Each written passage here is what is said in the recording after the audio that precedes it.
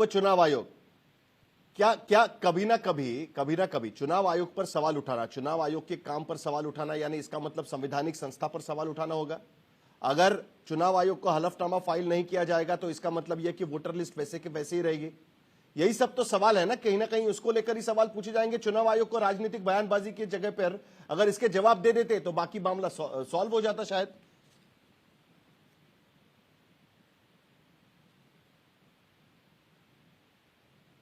प्रेम शुक्ला जी, मेरी आवाज आपको आ रही है?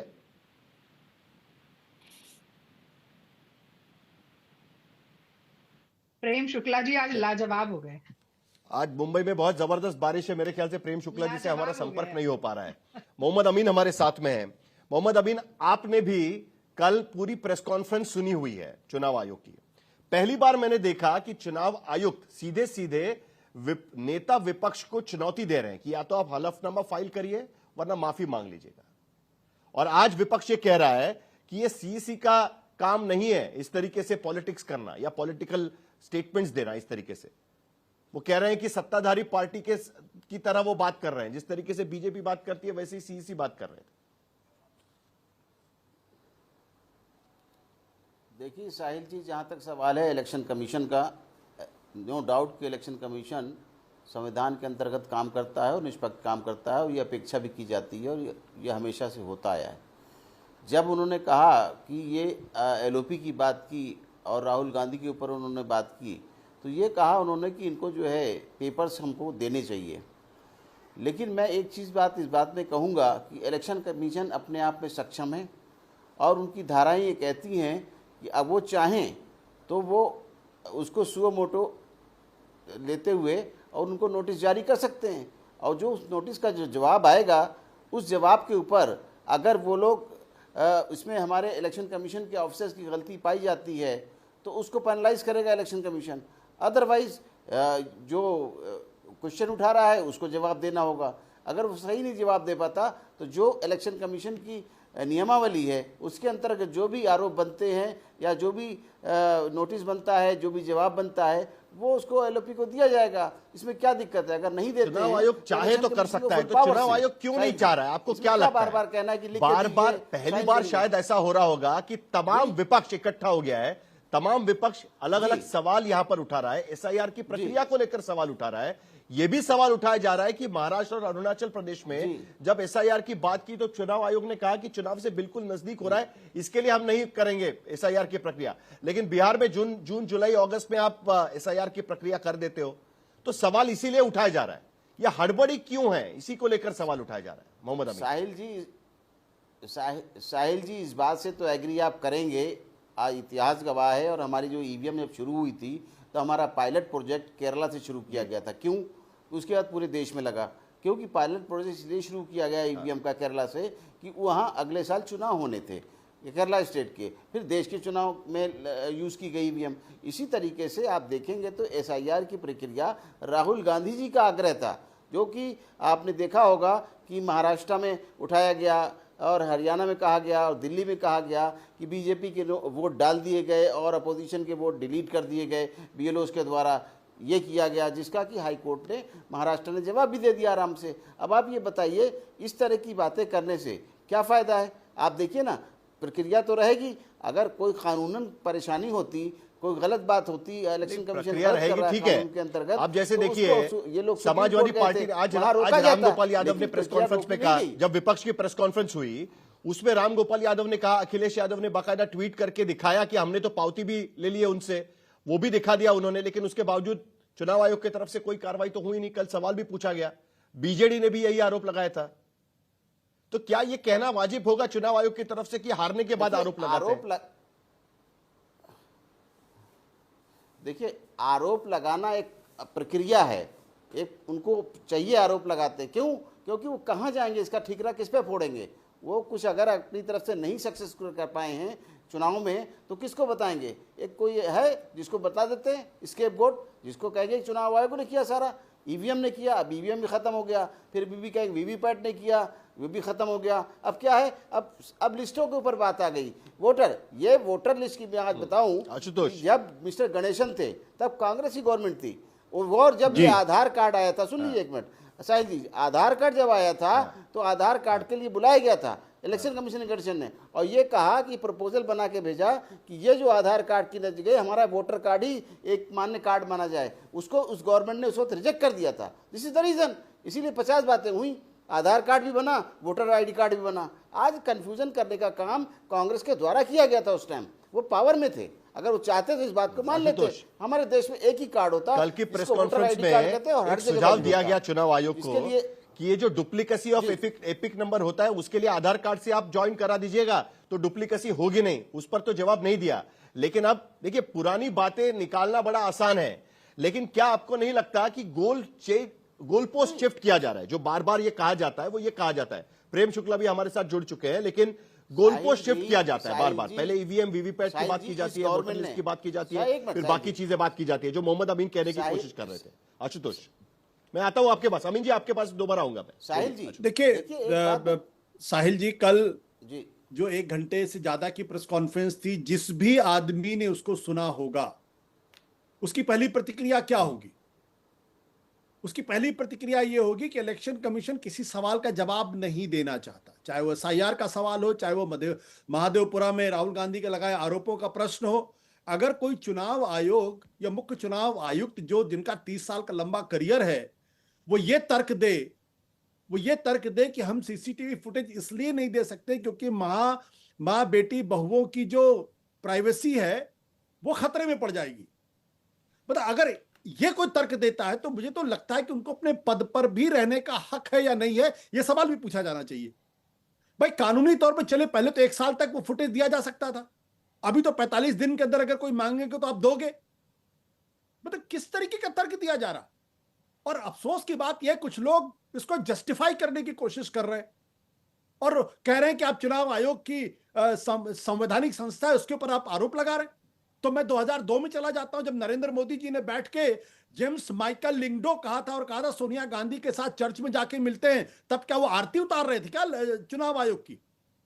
मतलब क्या वो टीका लगा रहे थे, आरती उतार रहे थे, क्या कर रहे थे वो? और तो और 7 मई 2014 को जब चुनाव बनारस में होने वाला था, उस वक्त किस भाषा का इस्तेमाल प्रधानमंत्री जी ने कहा था कान खोल कर सुन लो, यहां अगर कोई चुनाव आयोग का कोई अधिकारी हो, क्या कह रहे थे वो? अगर हिम्मत है तो मेरे खिलाफ एफआईआर दर्ज करो। तब नहीं ध्यान आ रहा था कि संवैधानिक संस्थाओं का सम्मान किया जाना चाहिए। आज आपको याद आ रहा है कि संवैधानिक संस्थाओं का सम्मान किया जा रहा था। ये भी विपक्ष में होती है तो ये सारे शब्दों का इस्तेमाल किया जाता है, तब संवैधानिक संस्थाओं पर हमला होता नहीं है। आशुतोष कह रहे हैं। देखिए, भारतीय जनता पार्टी ने कभी भी श्रीमान राहुल गांधी और आज के विपक्ष की तरह निकृष्ट किस्म के आरोप नहीं किए। श्रीमान लिंगडो के खिलाफ जो आरोप 2 उदाहरण दिए अभी, उसके सारे सबूत भी दिए गए। श्रीमान आशुतोष जी उसको जो है निसार दे रहे हैं कि आदरणीय नरेंद्र मोदी जी ने जब श्रीमान लिंगडो के खिलाफ चर्चा की तो उस समय उसके सबूत भी दिए थे, उसको क्यों भुला दे रहे हैं आप? लेकिन जिस तरह की भाषा श्रीमान राहुल गांधी प्रयोग कर रहे हैं, श्रीमान राहुल गांधी तो लगातार झूठ की दुकान खोले पड़े हैं। उन्होंने कहा महाराष्ट्र में 1 करोड़ वोटर बढ़ गए, सच्चाई है कि सिर्फ 40 लाख वोटर बढ़े थे। उन्होंने आदेश श्रीवास्तव को कहा कि उसके 3 स्टेट में एपिक कार्ड है और उसमें उन्होंने सामने आया कि वो आदेश श्रीवास्तव पर झूठ बोल।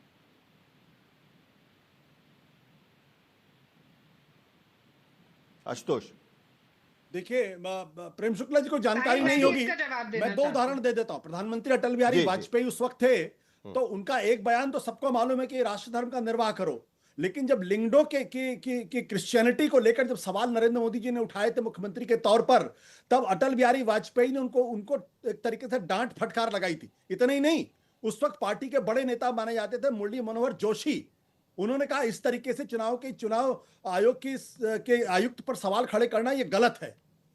कौन से सबूत की बात कर रहे हैं? मुझे तो मालूम ही नहीं कौन से सबूत की बात, शायद प्रेम शुक्ला जी को याद नहीं होगा, लेकिन कौन से सबूत की बात कर रहे हैं? कौन सा सबूत दिया गया था? क्या अटल बिहारी वाजपेयी जो उस वक्त प्रधानमंत्री थे, क्या वो उनको तकलीफ नहीं पहुंची थी जिस भाषा का इस्तेमाल प्रधानमंत्री नरेंद्र मोदी जी कर रहे थे? क्या मुरली मनोहर जोशी को उस भाषा का इस्तेमाल नहीं कर रहे? और अगर उनको नहीं पता हो तो अपना फोन नंबर दे दे, मैं उनको मुरली मनोहर जोशी और अटल बिहारी वाजपेयी जी का स्टेटमेंट फॉरवर्ड कर देता हूं। रागिनी जी आपके पास भी आता हूं, लेकिन पहले मोहम्मद अमीन, आपने सुना ये सब भाषा तो पहले भी इस्तेमाल हो चुकी है, लेकिन इसी बार सीईसी आकर ये कह रहे कि ये तो राजनीतिक माहौल बनाने की कोशिश चल रही है और माफी मांगे। ये तो तब लिंगडो ने प्रेस कॉन्फ्रेंस करके नहीं कहा था ना कि भाई माफी मांग लो या ये साहिल- करो। कोई भी सीईसी की ये प्रेस कॉन्फ्रेंस तो मुझे याद नहीं है। साहिल जी, ये बड़ी दुर्भाग्य की बात है कि हमारे को कभी इलेक्शन कमीशन को किसी ने सराहा नहीं है। मैं किसी की तारीफ नहीं करता और किसी भी युग में और किसी भी रिजीम में इलेक्शन कमीशन को किसी ने शाबाशी नहीं दी कि किन कठिनाइयों के साथ हिंदुस्तान के अंदर इलेक्शन कराए जाते हैं, जिसकी पूरी दुनिया भूरी भूरी प्रशंसा करती है। दुनिया से लोग हमारे यहाँ इलेक्शन कमीशन से आते हैं ट्रेनिंग लेने के लिए, सीखने के लिए कि कैसे हमारे यहाँ संविधान को लागू किया गया है, कैसे वोटर लिस्ट बनती है, कैसे हमारे यहाँ ईवीएम चलती है। ये ट्रेनिंग के लिए बड़े बड़े कमिश्नर्स आते हैं, उसकी तारीफ विदेशों होगी। से। और ये क्या बातें की जाती है हमारे भारत देश में, जैसे बड़ी देश दुर्भाग्य में की बात है। 1992 में जब पहले चुनाव हुए तो उसकी तारीफ ही हुई। इतने बड़े देश में चुनाव करना आसान बात नहीं है। लेकिन उसके साथ साथ अगर तमाम विपक्ष कुछ सवाल खड़ा कर रहा है तो उसको लेकर चुनाव आयोग प्रेस कॉन्फ्रेंस लेकर अगर ये कहता है कि आप या तो हलफनामा दायर करो या माफी मांगो, आप संविधान के खिलाफ बात कर रहे हो, ये सही लगता है क्या आपको? और ये तो विपक्ष कई बार कह चुका है। जहां तक इस बार तो कही है कांग्रेस कर रही है, पिछली बार जहां बीजेपी तक ने किया बात था। नहीं, जहां तक सक्षम है इलेक्शन कमीशन, उनको सक्षम है सुओ मोटो एक्शन लेने के लिए, नोटिस करने के लिए सक्षम है। उसमें पूछने की क्या जरूरत है, लिख के देने की क्या जरूरत है? आवश्यकता देते हैं तो ठीक है, नहीं तो इलेक्शन कमीशन समझेगा तो अब कमीशन डिसीजन लेगा, संविधान के अंदर तो उनको नोटिस करेगा, क्या दिक्कत है? जो भी होगा उसको पेनलाइज किया जाएगा, चाहे हमारे अधिकारी हों बड़े से बड़े और चाहे कोई लीडर हो किसी पार्टी का। इसमें क्या दिक्कत है? अगर गलत पाया जाएगा तो उसको पेनलाइज किया जाएगा। देख लीजिए अभी आपके सामने उदाहरण है, लेकिन कैसे होगा? बंगाल का 4 ऑफिसर सस्पेंड किए गए हैं, डाटा ऑपरेटर जी, और उसमें स्टेट की गवर्नमेंट तैयार नहीं है। यही वोटर लिस्ट का मामला है, आपको पता ही होगा नोटिस जो किया गया है। और उनके चीफ सेक्रेटरी ने मना कर दिया कि नहीं, हम अभी 2 की इंक्वायरी कर रहे हैं, 2 को हमने सस्पेंड। प्रेम शुक्ला अभी फाइनली हमारे साथ जुड़ चुके हैं ठीक तरीके से। प्रेम शुक्ला जी, बहुत सारी बातें कही गई, जो आशुतोष भी बात कह रहे थे, रागिनी नायक भी उसका इंतजार करिए, जल्दी से आप उसका जवाब दीजिए कि ये बीजेपी भी इस तरीके से आरोप लगा चुकी है। बीजेपी भी चुनाव आयोग पर फिर वो ईवीएम का मामला हो या बाकी सारे मुद्दे, उस पर आरोप लगा चुकी है। आज विपक्ष आरोप लगा रहा है, तो आपको लगता है कि ये संविधान पर हमला? जी देखिए, बीजेपी ने जब भी आरोप लगाया उसका प्रमाण दिया। भारतीय जनता पार्टी ने ईवीएम पर आरोप लगाया तो बाकायदा वीवीपैट लगाने की बात की और कालांतर में वीवीपैट लगाया गया। और वीवीपैट लगाने के बाद अब तक जहां भी वीवीपैट मैचिंग की गई है वहां 100% मैचिंग पाई गई है। तो भारतीय जनता पार्टी ने अराजकता फैलाने के लिए संवैधानिक संस्था पर आरोप लगाने का श्रीमान राहुल गांधी वाले क्रम का कभी भी अनुसरण नहीं किया, ना उसकी जो है कभी भी प्रारंभ भारतीय जनता पार्टी की तरफ से किया गया था। श्रीमान आशुतोष जी जो है जेम्स लिंगडो की बात कर रहे थे। जेम्स लिंगडो पर जितने भी आरोप आदरणीय नरेंद्र मोदी जी ने मुख्यमंत्री रहते हुए लगाए, सबके प्रमाण दिए थे। और यहाँ तो राहुल गांधी झूठ की दुकान साबित हुए हैं। उन्होंने कहा महाराष्ट्र में 1 करोड़ नोट बढ़ गए, सिर्फ 40 लोग बढ़े, 40 लाख वोट बढ़े हैं, यानी 40 लाख पर जो है 150, नहीं आपकी क्या जानकारी के लिए 250% झूठ। श्रीमान राहुल गांधी 250% झूठ बोलते हैं।